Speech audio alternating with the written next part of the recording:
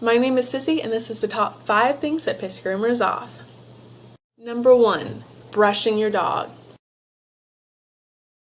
Here's a fun fact.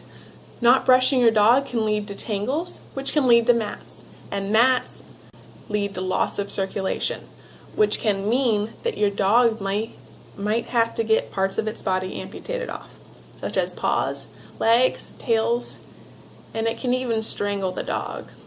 And not only is that not fun for the dog, not healthy, but it's a lot of money in your pocket when you have to pay for your dog to lose one of its legs because you didn't brush it. Just brush 5 minutes a day, every day, all over the body, and you can not only save a lot of money, but you can save your dog's life. Number 2, regular appointments. If you get your dog done yearly, then we're trying to fit 6 to 12 appointments of grooming in one 3-hour period. That usually means that unless you've been brushing your dog every day and bathing your dog on its own, we're going to have to shave it down. Unfortunately, that's the case most of the time. By getting your dog groomed or bathed every 4 to 6 weeks, not only can you save time and money, but you can actually make your dog happy. It keeps them in good health and good spirits. And show up for your appointment. I mean, that's how we make our money. If you don't bother to show up for your appointment, a lot of places, if you have too many no-show, no-calls, then you won't be allowed back. Unfortunately, it's the truth. Number 3, time. When we're grooming your dog, we're grooming the whole dog. It takes more than an hour. So to bathe, dry, cut the nails, and groom your dog, it's going to take sometimes 3 to 4 hours. Plus, depending on how busy we are, we may be working on some other dogs when you come in.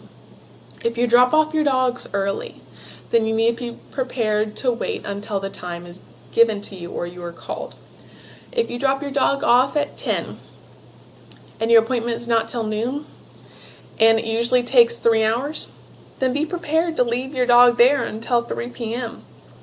Now, if someone else doesn't show up for their 11 o'clock appointment, you might have your dog out earlier and they may give you a call. But unless you're told to come in at a certain time, you need to wait till you're called. We're not magical. We don't have wands. Number 4, money. It's a very sensitive and yet a very big topic. Let's compare hairdressers and groomers. Let's say each client only has to pay $40, no matter what kind of condition or cut. Now, let's say each hairdresser and groomer gets 50% commission and work off of that. A hairdresser, let's say one person equals 1 hour. 1 hour equals $20. 8-hour workday is going to bring in $160. And a 5-day week, $800. Before taxes, of course. That's a pretty good amount to live off of. It's not rich, but it's a pretty good amount. Now, let's look at a groomer. 1 dog equals 3 hours. 3 hours equals $20. You can already see where I'm going with this, right? A 9-hour workday would bring in $60 for the groomer, and a 5-day week, $300 before taxes. That's not a lot to work off of. That's pretty downright poor. It's not much that they can do for their family if they're only making $300 a week. And that's before taxes. After that, it's about $250. It's not very good. So there are things we have to factor in for us groomers, figuring out how much time it's going to take and compared to how much money it's worth. So, how much money is our time worth? Well, here's 6 things that we have to factor in. First is time. Is this dog going to take me only an hour, or is it going to take me 5 hours? The more time it takes, the more we have to charge. We could be working on other dogs. So we have to factor that in. We also have to factor in products. Unlike when a hairdresser does your hair, we're using a lot more products. So we have to factor that in because that costs us money. Also, style.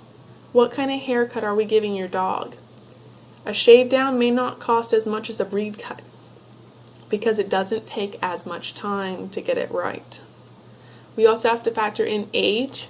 If a dog can't stand up, then it's going to take more time. We also have to figure out the temper of the dog. If the dog is really mean and tries to bite us, we're going to have to charge you more money because we have to get another person over there so that it's safe for us to groom your dog. And then we have to factor in fur. If you want your dog to have a Cocker Spaniel style cut, but your dog has poodle hair, we have to factor in how much time and products it's going to take to get that style. So it's going to cost more money. Plus, we're doing more work. We're not just doing the head. We're doing the whole body. Number 5, breeds. It's one of the most talked about and biggest topics in a grooming salon. It literally goes on every day. If a breeder tells you when you're about to buy a dog that the dog has to have a certain cut or else all the hair will fall out, then I can guarantee you need to go find a new breeder. If they tell you that their dog is hypoallergenic, you need to go find a new breeder because they're lying. If they tell you their dog never sheds, then they're lying. If they tell you they have absolutely no health problems and they've bred the cancer out of them, they're lying. Anything that seems too real like that, they're lying. There's no way to breed out the cancer. There's no way to stop the shedding. It's a natural part of the body. Matting, it comes with it all the time. You always have to brush. You always have to groom the dog. You never have to do one type of cut. I've literally done a Cocker Spaniel cut on a Golden Retriever, and it looked good. But there's nothing to say you can't do a type of cut. The hair will grow back. Now, if you have a husky and you decide to shave it down, there is a chance the hair won't grow back because it's a double coat. But that's your choice to make. But if you see a breeder and they tell you these kind of lies, you need to go find someone else because they only want your money. And they think that they can get it easy because they can breed their dog several times a year. And they can get up to $5,000 off of you for one puppy. In a litter of 8, that's a lot of money. And it's not a good thing that you're being taken advantage of. Thank you for letting me rant, and until next time, this is Sissy signing off.